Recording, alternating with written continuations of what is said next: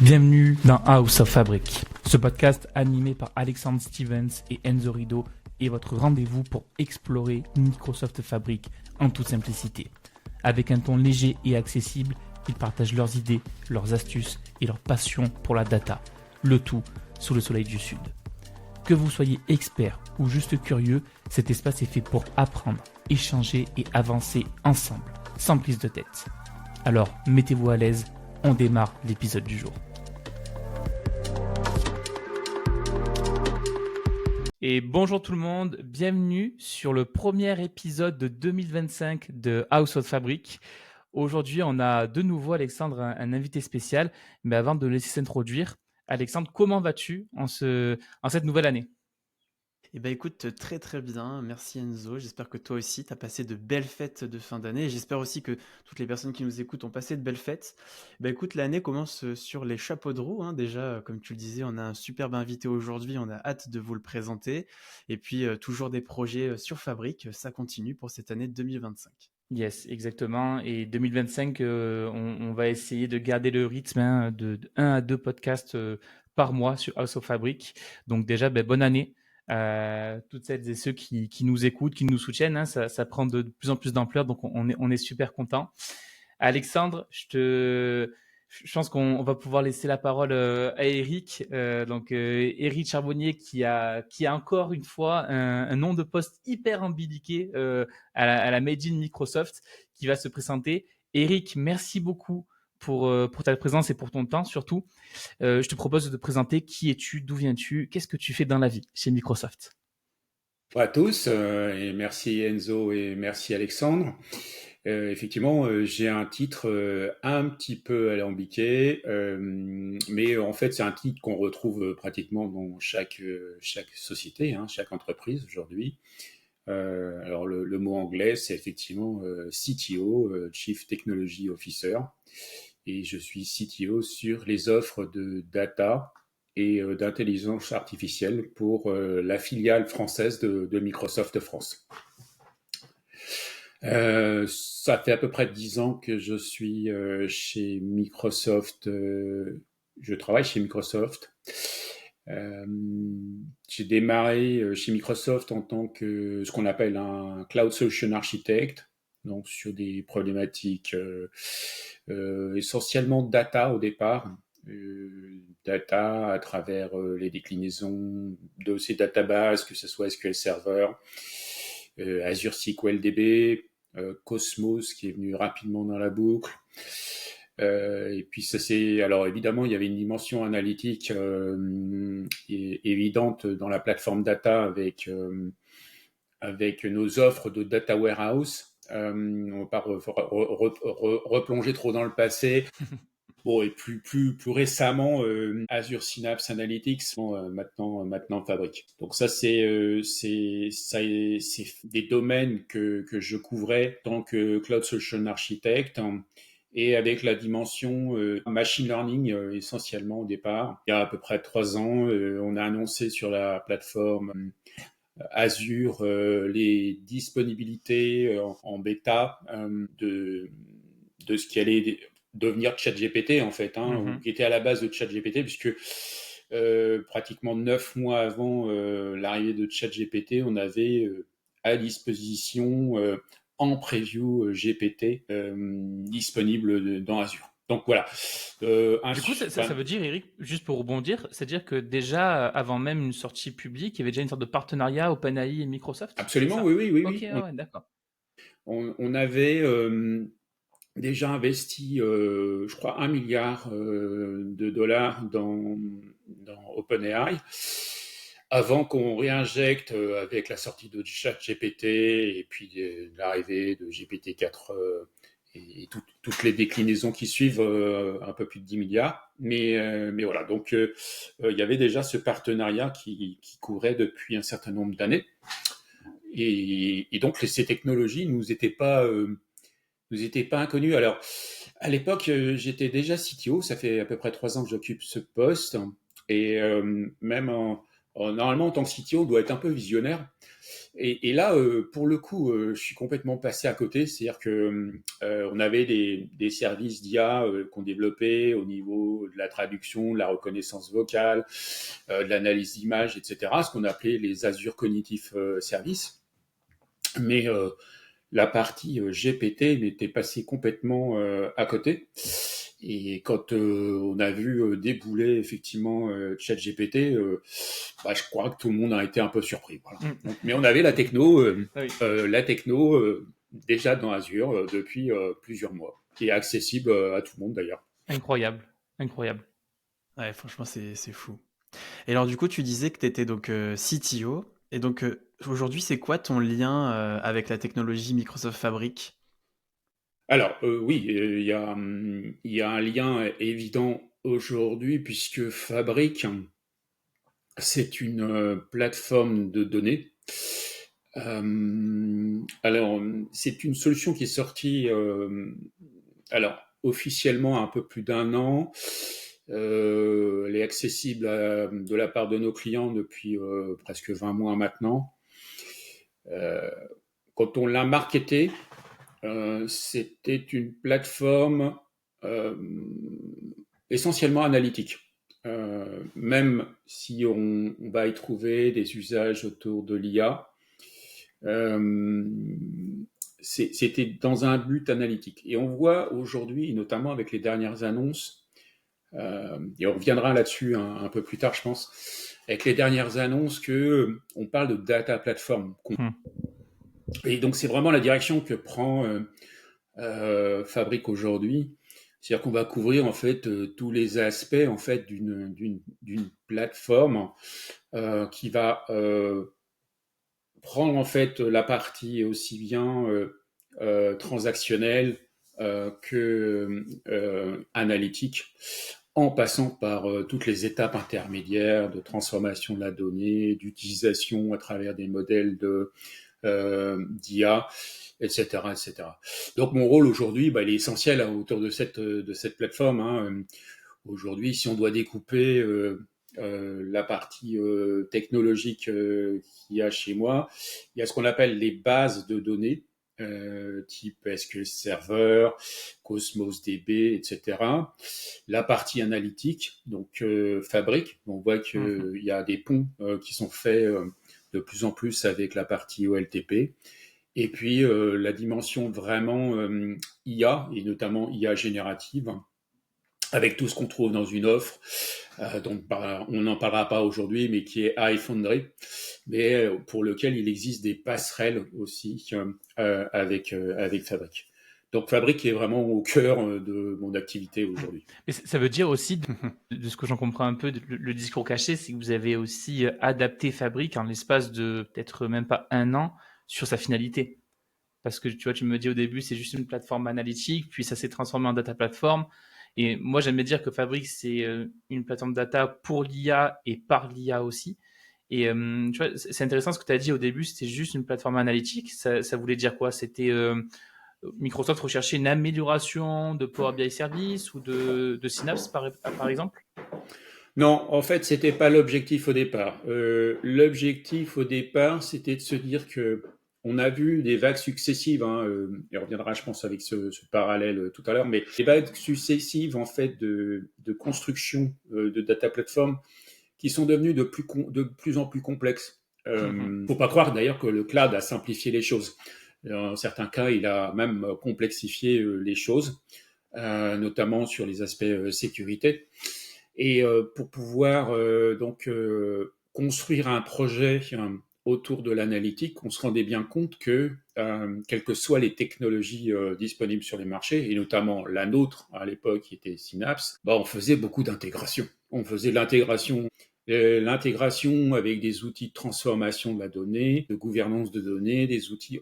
Bon, il y en avait beaucoup, puis on a fait tout de suite l'analogie, notamment dans nos premières présentations chez Microsoft, où on comparait un CDO avec un Chief Integration Officer. Donc on passait plus de 50% du temps à faire de l'intégration. L'intégration, c'est pas que seulement de la transformation de la donnée. C'est de la rupture de protocole, c'est des outils qui savent pas dialoguer les uns avec les autres parce que ils ont peut-être des systèmes de sécurité qui sont différents, etc., etc. Donc, et puis, on va exposer une partie du legacy dans le cloud, donc avec des produits qui sont estampillés A, B ou C, qui ont des façons donc d'exposer leurs API ou leur endpoint différemment. Donc tout ça, ça devenait extrêmement complexe. Donc le vrai challenge au départ de Fabric, c'était de simplifier tout ça. Donc c'est vraiment le premier but de Fabric, construire quelque chose qui simplifie cette intégration, qui simplifie l'utilisation, et on viendra peut-être sur ce point-là un peu plus tard, qui simplifie aussi l'utilisation qu'en font les utilisateurs. C'est-à-dire que depuis le début, on peut remonter dans les années 90 si on veut, mais on fait du reporting, on fait plein de choses, mais il n'y a jamais en fait l'adéquation à 100% entre ce que demande un utilisateur final avec ce que fournit en fait l'IT. Donc c'est vraiment réduire cette latence qu'il peut y avoir entre ce qu'on produit au niveau de l'IT avec l'expression des utilisateurs métiers. Alors justement, ouais, c'est vrai que c'est très intéressant parce que du coup, tu fais la transition. Il y a quelques semaines, on avait échangé effectivement avant de faire du coup cet enregistrement, et tu avais fait une belle analogie avec le scientifique du coup russe Kardashev, c'est ça, si Oui. je prononce bien son nom. Est-ce qu'aujourd'hui, tu peux un peu nous expliquer justement cette analogie? Oui, en fait, c'est une analogie qui est donc déjà Kardashev, c'est un scientifique russe qui a exposé une théorie en fait dans les années 50. Alors plus qu'une théorie, il a développé ce qu'on appelle une échelle de valeur. Alors pour simplifier cette échelle de valeur avait pour but de mesurer en fait l'évolution d'une civilisation qui pourrait aller bien au-delà de notre univers qu'on connaît, enfin, et par rapport en fait à la capacité qu'il a à utiliser de l'énergie, donc à l'exploiter cette énergie. Donc il a je sais pas combien d'échelles, enfin de niveaux sur son échelle, et je me suis amusé à faire un parallèle avec l'évolution des data platforms dans le c'est vraiment basique. Quand on a commencé l'informatique, on a effectivement eu besoin de stocker la donnée. Donc on a une base de données et donc on va y insérer des informations. On va la requêter pour savoir effectivement combien j'ai fait de ventes de tels produits, par exemple. On a déjà les premiers usages analytiques. Et ça, c'est l'échelle 0. C'est vraiment la base. C'est-à-dire, on a posé une base de données et on fait du transactionnel dessus. Sauf que c'est pas scalable. On se rend compte que il faut faire un petit peu autrement dès qu'on veut extraire de l'information, puisque ce sont des processus qui peuvent être des processus plus ou moins coûteux. Ça peut être du batch, ça peut être ce qu'on veut. Donc, on a dupliqué cette première base, donc cette base de données opérationnelle, en base de données. On va stocker en fait les informations qui nous servent à pouvoir comprendre en fait cette donnée. Donc c'est vraiment ce qu'on appelle le niveau 1. Alors si vous voulez, je peux partager quelque chose, mais je ne sais pas si... Oui, Ouais, vas-y, volontiers. pour ceux qui nous écoutent, on vous invitera à aller sur YouTube pour voir le petit schéma de Eric. Nous, on a eu la chance avec Alexandre de le voir en preview déjà. Et c'est vrai que le parallèle est super intéressant. Donc, et au Ouais. pire, ce sera aussi sur LinkedIn. Alors, alors ça risque d'être un petit peu compliqué comme ça. Je vais partager mon écran. Alors, je ne sais pas si on peut partager comme ça, un screen. Ah oui. Ouais, tu voulais que ça Et non, ça va être très compliqué, effectivement. Je Ouais, pensais que ça serait plus... Bon, je c'est pas pourrais grave. fournir Oui, voilà. quelques images. Je ne sais pas si vous pouvez les mettre dans le... On fera un petit Oui, on montage. pourra. Ouais. Donc ça, c'est le niveau 1. Et globalement, la donnée, tout le monde en a besoin. Voilà. Et pas seulement en fait des spécialistes. Donc on a vu les premières générations d'outils qui allaient faire des rapports. et de plus en plus en fait de métiers utilisaient ce genre d'outils. Et donc on a commencé à construire l'embryon en fait d'une data platform où on avait des sources de données, on avait des bases de données OLTP et on a cherché à extraire ces données à travers déjà ce qu'on appelait des ETL pour alimenter ce qu'on appelle des data warehouse. Mhm. Et donc ça, c'est des choses que tout le monde connaît aujourd'hui et, et que tout le monde, enfin tous nos clients utilisent à plus ou moins grande échelle. Alors on peut avoir un tout petit data warehouse ou des data warehouse aujourd'hui de quelques téraoctets. Donc ça, c'était c'est le niveau 2. Mais après, on a eu la période, début des années 2000, oui, mais la donnée dans un data warehouse de première génération, c'est de la donnée structurée. Et puis, on avait des acteurs comme Google, entre autres, hein, qui disaient, mais bon, on veut exploiter toute la donnée, qu'elle soit structurée ou non structurée. Et donc, on a vu effectivement l'arrivée des plateformes de type Big Data. Mhm. Et on a eu un certain nombre de clients d'ailleurs qui ont fait vraiment de l'analytique et qui ont presque remplacé leur data warehouse ou essayé sur une plateforme Hadoop, entre autres, essayer de faire mettre des outils de reporting. Ça, c'était un challenge et c'était assez compliqué d'ailleurs parce que les plateformes Hadoop étaient très très riches mais fonctionnaient aussi beaucoup on-premise. Alors on a Oui, vu puis la mise en place a été compliquée aussi, moi je ouais, me souviens. Hein. c'était très très compliqué. Alors si en plus on rajoutait la sécurité là-dedans, c'était quelque chose d'effroyable des fois. Donc, on a essayé de voir effectivement avec ça correspondait aussi avec l'arrivée du cloud, hein, aux alentours de 2007-2008, les premières plateformes cloud qui prennent de l'importance, Azure un tout petit peu après, mais voilà, et tout de suite on a cherché à se dire mais comment on peut simplifier une distribution Hadoop dans le cloud. C'est vrai que quelque part on simplifiait les choses, on séparait déjà le compute du storage, des choses qui étaient un petit peu nouvelles. Donc ça c'est ce qu'on appelle le niveau 3, où on va prendre de plus en plus de données, on va continuer à faire du reporting et de l'analytique. On commence à mettre dans ce niveau 3 ce qu'on appelle du machine learning, on fait de la data science. On essaye, puisqu'en fait on a une donnée, cette donnée doit nous permettre d'avoir ce qu'on appelle une information qui nous permet de prendre une décision. Hein, c'est la base de l'analytique. Donc la data science rentre pleinement dans ce domaine, hein, comme on le ferait avec une analyse Power BI aujourd'hui.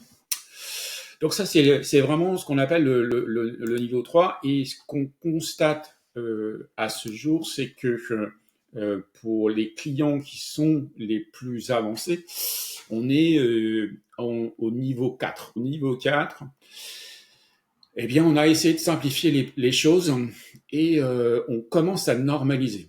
On commence à normaliser à travers des standards. Notamment, on s'est dit, mais il faut quand même un standard d'échange entre tous les acteurs qui participent à cette data platform.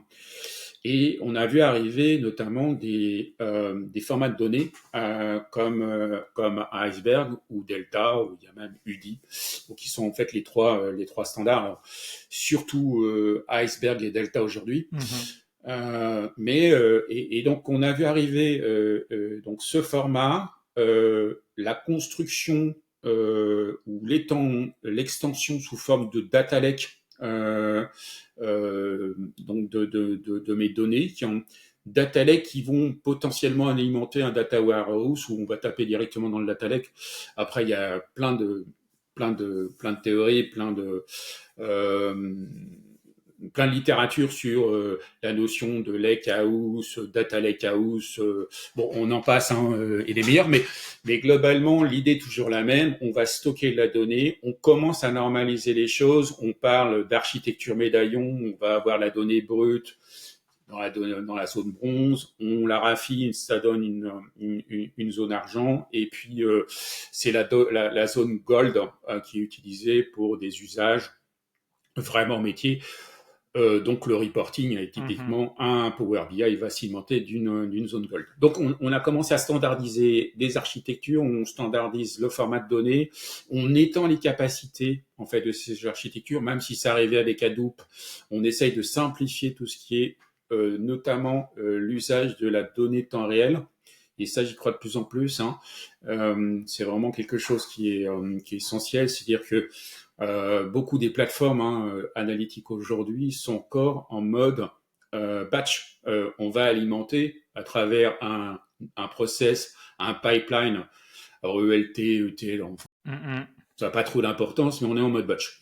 Et par contre, il y a plein de scénarios analytiques qui méritent et qui mériteraient d'avoir cette dimension temps réel.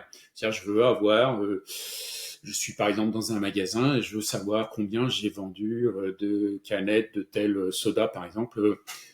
Et aujourd'hui, on peut pas le savoir si on n'a pas implémenté effectivement un flux temps réel. Donc ça, c'est le... Ouais, je suis d'accord avec toi. Et en plus, souvent en BI, moi j'aime bien dire qu'en BI, notamment en analytique, on regarde souvent dans le rétroviseur plutôt que regarder devant soi. Donc Oui. cet aspect-là, c'est vrai que c'est... Et parce qu'il y a aussi la contrainte technique, cet aspect de maturité, où souvent, moi j'en ai vu plein des projets où les users me demandent, je veux du temps réel, est-ce que tu en as vraiment besoin? Et même si on me répond oui, est-ce que je suis capable d'y répondre? Donc, et je pense que l'avènement de ces plateformes-là, typiquement dont on parle avec Fabric, ça permet de moins se poser la question si techniquement on est capable de le faire. Mmh. Tout à fait, tout à fait. Donc ça, si on prend les solutions vendues par les grands acteurs du marché, dont nous faisons partie chez Microsoft quand même, on est à minima en niveau 4. Maintenant, ça ne veut pas dire que tous nos clients sont en niveau 4. C'est-à-dire qu'adopter une stratégie real-time analytics, si ça a du sens, construire un data lake, une architecture médaillon, adopter un standard de données comme Delta par exemple, ça c'est quelque chose qui est faisable avec les technologies d'aujourd'hui, mais pas forcément déployé partout. Ok, oui, donc le message aussi à faire passer, c'est en fait Fabric est fait pour répondre à du niveau 4. Et une entreprise qui serait déjà prête à faire du niveau 4 et à faire de l'activation, etc. Mais elle est aussi en capacité d'accompagner des personnes qui sont rien que niveau 1 et qui veulent monter petit à petit, step by step, sur le niveau 4. Oui, tout à fait, tout à fait. Alors ça, c'est ce qu'on essaye de proposer à travers effectivement les cas clients, les cas de nos clients. Mais il y a un intrus en fait qui s'est faufilé dans les mailles du filet ces 2-3 dernières années. C'était un peu le sujet d'intro. C'est l'IA générative. Euh, et l'IA générative fait que maintenant je fais un parallèle avec un niveau 5 dans mon échelle de Kardashev, dans le sens où l'IA générative va nous permettre de faire plein de choses. La première chose, et on le voit à travers, notamment dans Fabric, il y a quelque chose qui s'appelle AI Skills, on reviendra peut-être dessus dans quelques instants, la capacité qu'on a à requêter en langage naturel nos données. Quelque part, ça rejoint une des problématiques ou plutôt une des promesses de Fabric qui était je simplifie. Et je simplifie même pour les utilisateurs. Le coût de je veux savoir combien j'ai vendu de canettes de telle marque dans mon magasin aujourd'hui, je peux le faire en langage naturel. L'IA générative va nous permettre aussi de faire de la génération de métadonnées. Et ça, c'est particulièrement intéressant parce qu'on parle de data lake, avec Fabric, on parle de One Lake. Mais un One Lake, ça peut faire des terras, voire des pétas de données. Il faut savoir où se trouve la donnée, à quoi correspond cette donnée, sa signification. Et ça rentre en fait dans un domaine qu'on appelle la gouvernance de la donnée. Sauf que si on regarde bien, la gouvernance de la donnée, c'est vraiment ce qu'on appelle le mal nécessaire. C'est-à-dire ça horrifie beaucoup de monde parce qu'il faut investir du temps des personnes, peut-être des technologies aussi. Tout ça pour se dire oui, j'ai une donnée qui est à tel endroit qui ressemble à ça et qui doit servir dans telles conditions. Et là, les technologies d'IA générative peuvent nous aider. C'est-à-dire à comprendre la donnée et directement à fabriquer en fait ce qu'on va trouver. Alors, chez Microsoft, on a un couplage assez fort entre Fabric et ce qu'on appelle Purview, qui est notre outil de gouvernance de la donnée. Mais typiquement, on va pouvoir alimenter donc le data catalogue avec des informations qui vont décrire cette donnée.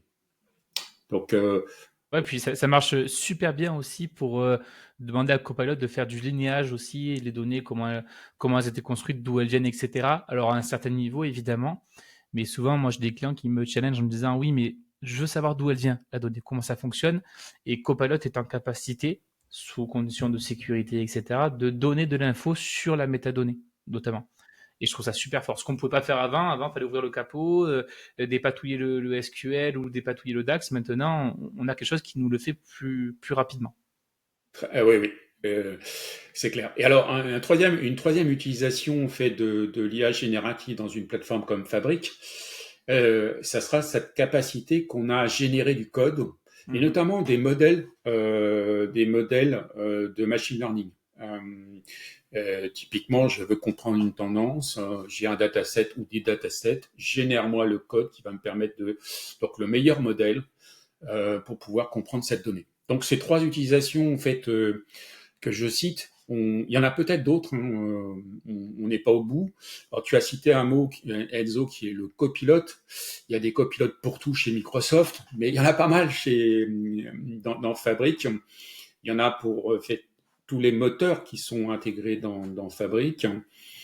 Mais il y en a aussi pour, alors que je sois, je sais pas moi, data scientist ou data engineer, j'ai des copilotes pour ça. Mais il y en a pour les utilisateurs finaux. Alors, on a le copilote pour Power BI. C'est peut-être pas le copilote le plus sexy pour l'instant. Il y a d'autres générations de copilotes qui vont arriver. Donc, si on doit revenir un petit peu sur ce que nous allons proposer, c'est un copilote. Alors, ça a été annoncé à Ignite, c'est pas encore disponible. C'est un copilote qui permet en fait depuis l'interface de Fabric dire mais voilà, je voudrais comprendre quelles sont mes ventes du mois de janvier.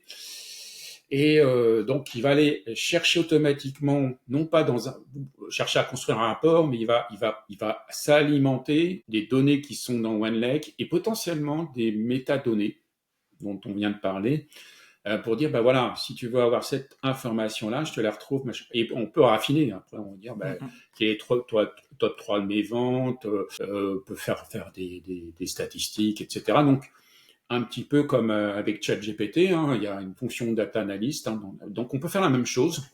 Et on n'est toujours pas dans Power BI. Par contre, on parle bien, Eric, je te coupe, excuse-moi, on parle bien du copilot, les captures d'écran qu'on a vues, c'est le copilot un peu global, comme on voit sur M365, quand on est sur la suite Office, où on a vraiment un copilot avec une page blanche, on est vraiment dans l'expérience Power BI Fabric, et on pose une question, comme tu disais, sur le chiffre d'affaires, et lui va nous récupérer toutes les infos qu'il a à disposition, que ce soit dans un warehouse, dans un lakehouse ou dans un Power BI, nous mettre les infos et les liens vers les artefacts qui peuvent nous donner plus de détails. C'est bien ça. C'est ça. Okay. À la limite, si je suis toujours attaché au rapport, et ça se comprend, ou avoir quelques visuels, je peux lui demander, oui, ces ventes-là, est-ce qu'il n'y a pas 2-3 rapports qui me permettent de résumer effectivement ce qui s'est fait? Et automatiquement, il est capable de lister les 2-3 rapports. Il suffit d'un clic sur les liens qu'il va donner pour pouvoir donc fournir ça à l'utilisateur final. Ouais, ça va être vraiment fort. Alors, l'autre chose, comme tu le disais, c'est que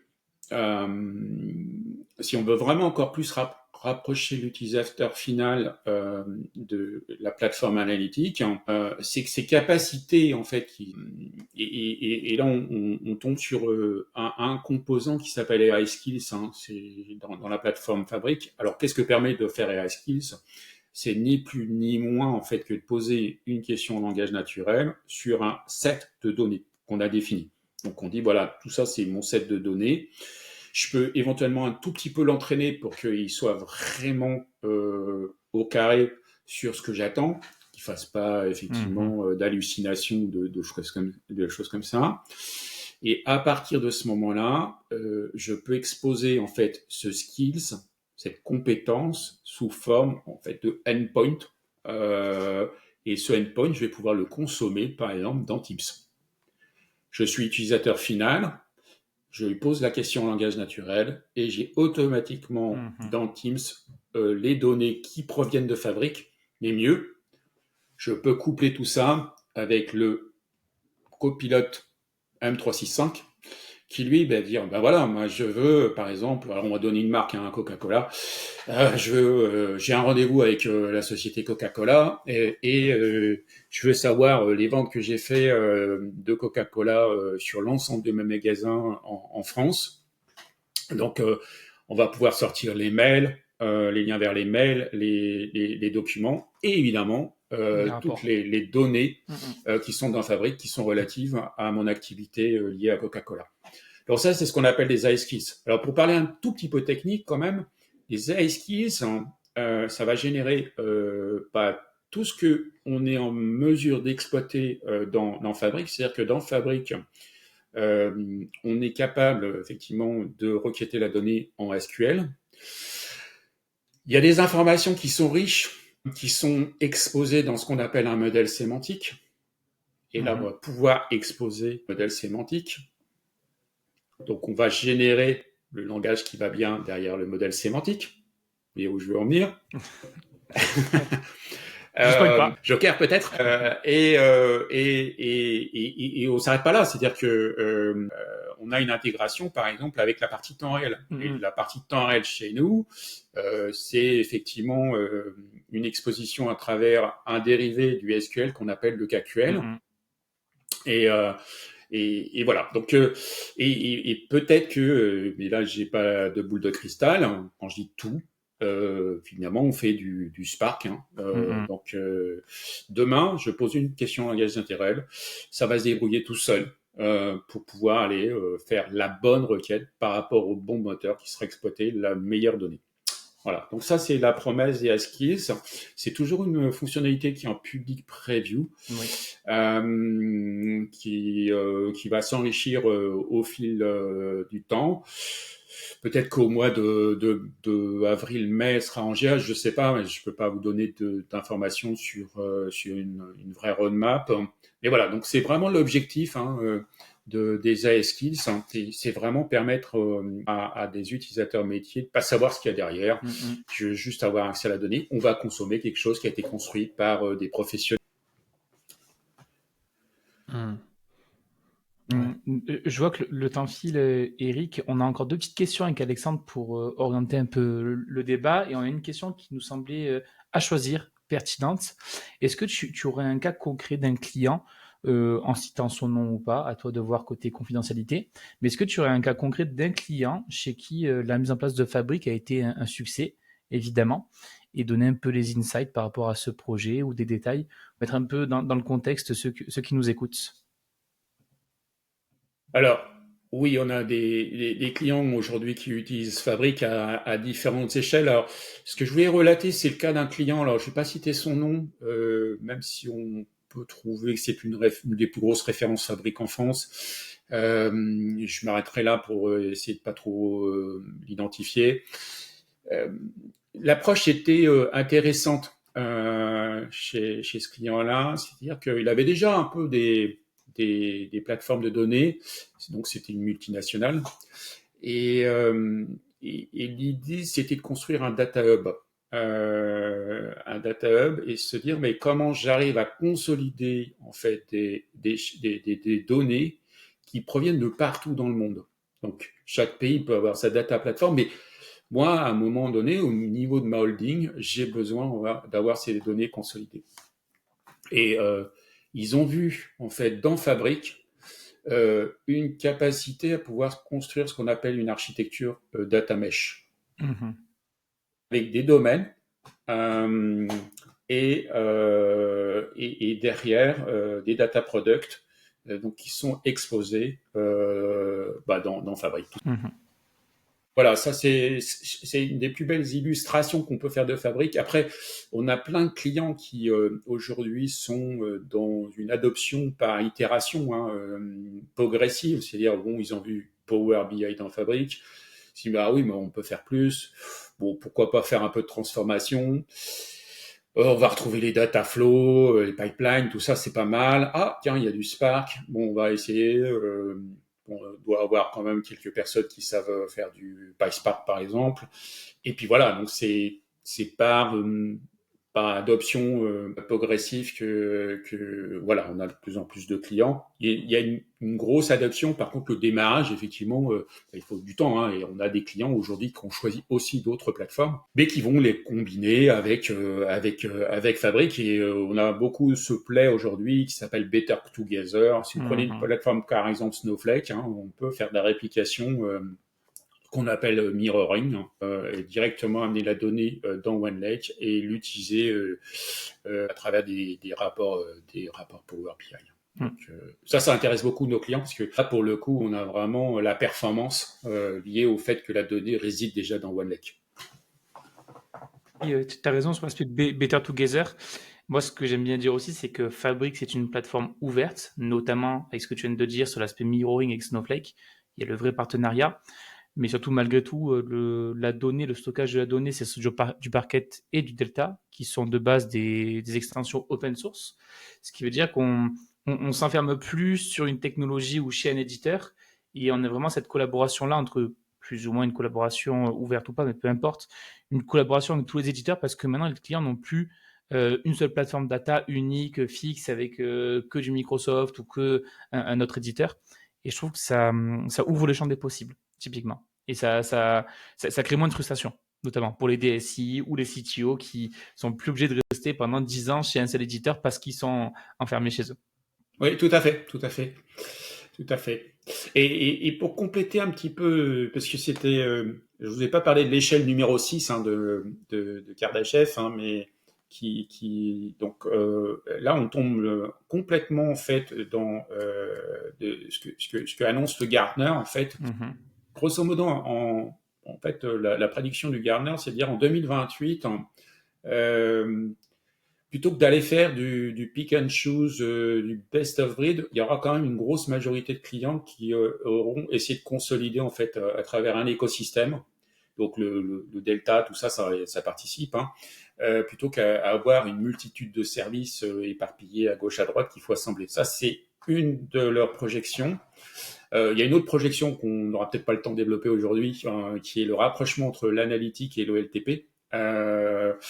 Et que on commence à voir, on a annoncé effectivement, on a montré ce qu'on appelle une sneak peek chez nous.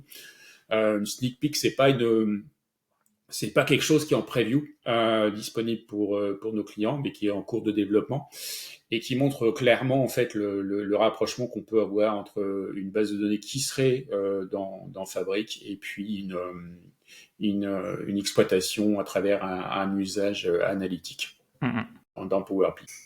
Justement, c'est très intéressant ce que tu dis. Est-ce que c'était justement, tu fais la transition avec la question.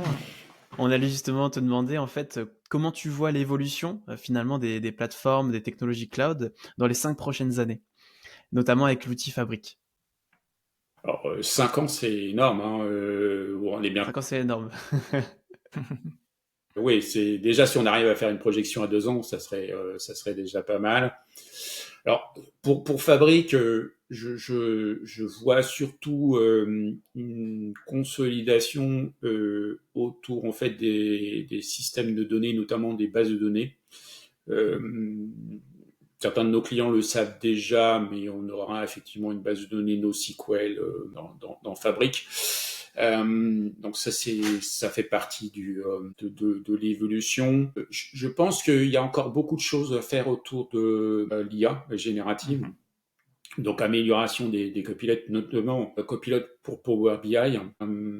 Donc les copilotes que j'ai annoncés qui sont toujours en preview et pour certains en private preview même.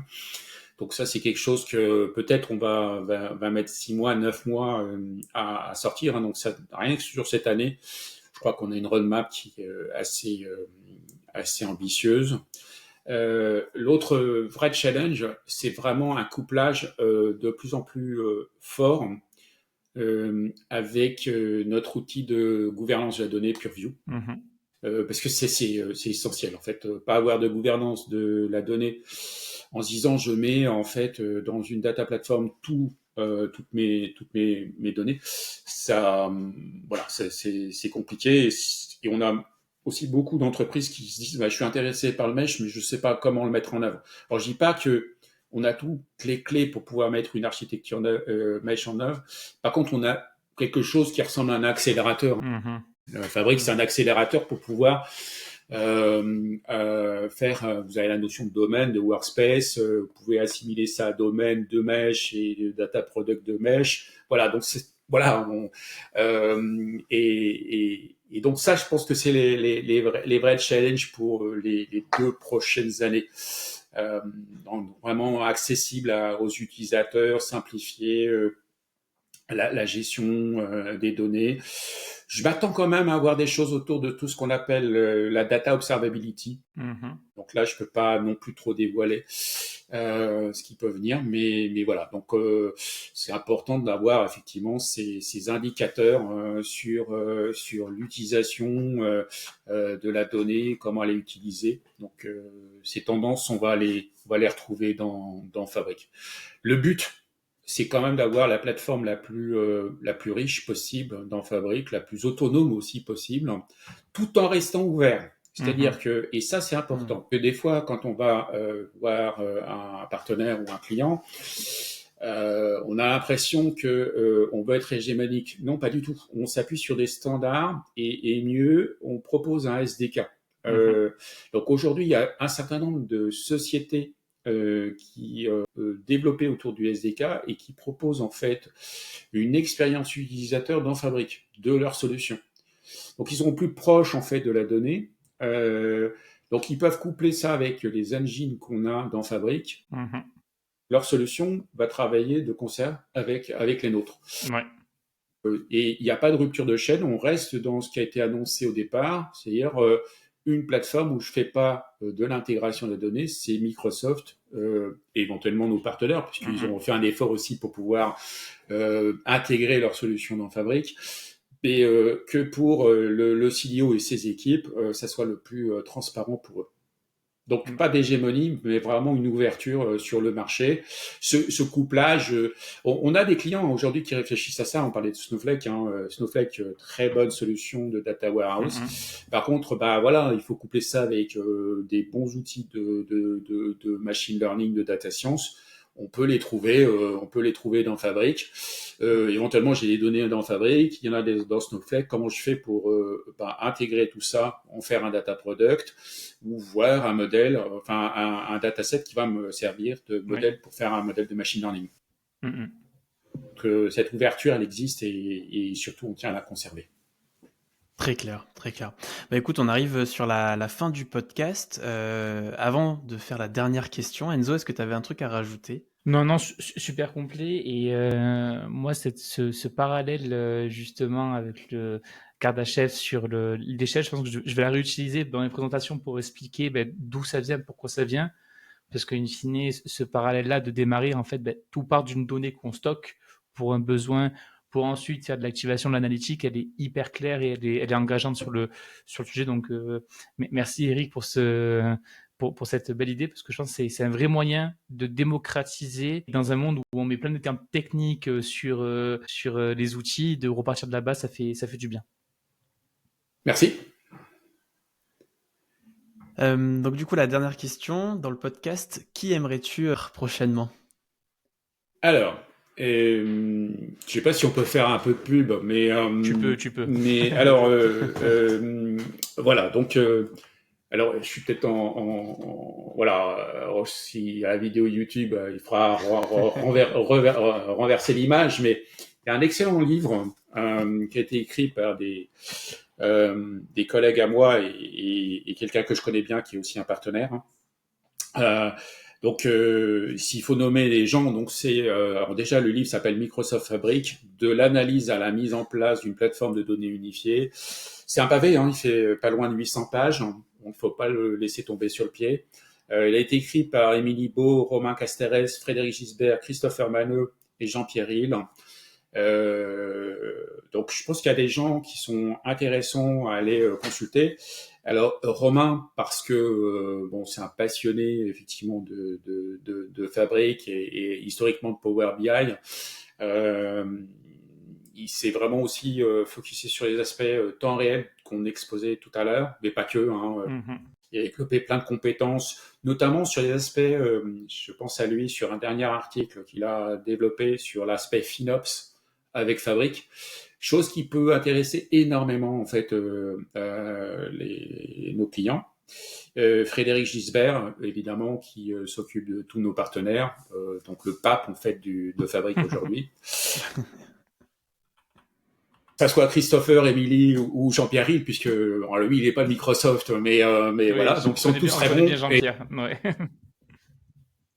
Voilà, donc vous pouvez aller voir ces gens-là. Après, dans mon équipe, j'ai des gens très très compétents hein, qui sont des gens très pointus sur Fabric. Voilà, comme Fabien Dado par exemple. Je sais pas si c'est quelqu'un vous. Voilà, donc voilà. Donc c'est Florent Thibault que je dois nommer aussi parce que c'est quand même dans mon équipe quelqu'un qui a pour charge d'être le tech lead sur les sujets analytiques. Donc c'est Florent Thibault. Donc, n'hésitez pas à aller revenir aussi vers lui. Et puis bah il est beaucoup en pratique hein, chez les clients. Donc lui pourra vous faire aussi des retours d'expérience de ce qu'il vit avec Fabric et pas que. Donc c'est plutôt bien. Super. Ben, on mettra leur profil en description pour aller voir tout ça. Bon, Jean-Pierre est un habitué du podcast. Oui, j'imagine voilà. bien. Ouais, donc, voilà, il fait partie de la communauté, donc oui, on le pratique souvent. Mais j'ai fait d'ailleurs, on a fait une conférence tous les deux sur Fabric il y a peut-être 3 ou 4 jours. Donc, mais écoute, super. Et normalement, si tout va bien, Romain et Frédéric sont les prochains invités du podcast. Bah, très bien. Sans trop spoil, on tease un peu, parce qu'il faut donner envie de revenir aussi. Donc voilà. Eric, j'espère que vous a convaincu. On arrive au bout, Alexandre, je pense. Tout à fait. Eric, merci beaucoup encore une fois pour ton temps. Honnêtement, merci. C'était super agréable. Alexandre, merci beaucoup. Eric, un petit mot pour la fin. Merci à tous. Eh bien, allez tester Fabric si vous ne l'avez pas encore fait, parce que c'est vraiment de la balle. C'est une très bonne conclusion. Alexandre? Merci beaucoup, merci à tous pour votre écoute et puis à bientôt.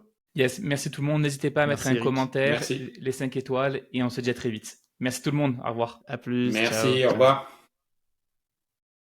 Merci d'avoir écouté cet épisode de House of Fabric. On espère que vous avez passé un beau moment parmi nous.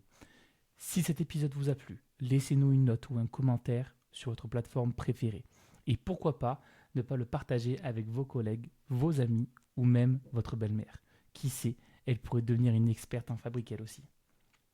On se retrouve très vite pour un nouvel épisode. D'ici là, prenez soin de vous et restez curieux. À bientôt sous le soleil de House of Fabric.